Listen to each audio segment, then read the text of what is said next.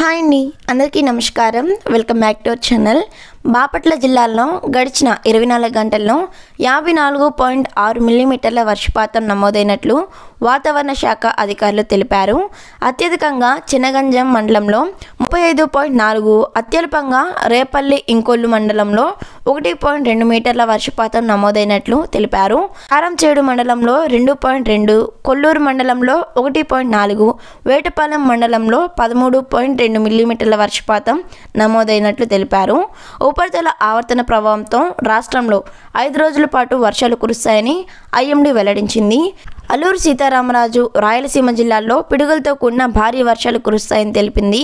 ప్రకాశం, నెల్లూరు, బాపట్ల, కృష్ణా, ఉమ్మడి ఉభయ గోదావరి జిల్లాల్లో మోస్తారు వానలు పడతాయని పేర్కొంది. ఈదురుగాలులతో పాటు పిడుగులు కూడా పడే అవకాశం ఉందని హెచ్చరించింది. హైదరాబాద్లోని చాలా ప్రాంతాల్లో భారీ వర్షం కురుస్తుంది. Jubilee hills, Banjara hills, filling Nagar, Manikonda, Shaikpet, Gachibowli, Dilsukh Nagar, Panjagutta తదితర ఏరియాల్లో వాన పడుతోంది. దీంతో నగరంలోని రోడ్లు నీటితో నిండిపోయాయి. ఫలితంగా ట్రాఫిక్ జామ్ ఏర్పడి వాహనదారులు తీవ్ర ఇబ్బందులు పడుతున్నారు. ఇప్పటికే హైదరాబాద్లో వర్షం దంచుకొట్టింది. ఉదయం 10 గంటల తర్వాత మరోసారి భారీ వర్షం పడే అవకాశం ఉందని వాతావరణ శాఖ తెలిపింది. రాత్రికి పలు చోట్ల వడగళ్ల వాన పడుతుందని పేర్కొంది.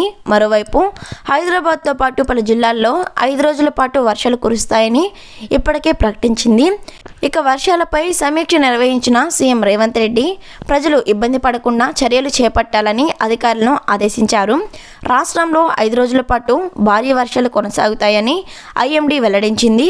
రేపు మంచిర్యాల, భూపానపల్లి, ములుగు, ఖమ్మం, నల్గొండ, సూర్యాపేట, యాదాద్రి, రంగారెడ్డి, వికారాబాద్, సంగారెడ్డి, మెదక్, వనపర్తి, హైదరాబాద్, గద్వాల్, మేడ్చల్ జిల్లాలకు ఎల్లో అలర్ట్ జారీ చేయడం జరిగింది. ఉరుములు, మెరుపులతో పాటు గంటకు 40 నుంచి 50 కిలోమీటర్ల వేగంతో ఈదురుగాలు వీస్తాయని తెలిపింది. ఎండాకాలం నుంచి ప్రజలు కొంత ఉపశమనాన్ని ఇస్తున్న వానలు వచ్చే 4 రోజులు కూడా కొనసాగుతాయని హైదరాబాద్ వాతావరణ కేంద్రం తెలిపింది. మంచిర్యాల, ములుగు, ఖమ్మం, నల్గొండ, రంగారెడ్డి, మెదక్ తదితర జిల్లాలకు తాజాగా ఎల్లో అలర్ట్ జారీ చేసింది. ఆయా జిల్లాల్లో ఉరుములు, మెరుపులతో కూడిన వానలు పడతాయని స్పష్టం చేసింది. మధ్యప్రదేశ్ నైరుతి ప్రాంతాల్లో ఆవర్తనం కేంద్రీకృతమై ఉండడమే దీనికి కారణమని వివరించింది.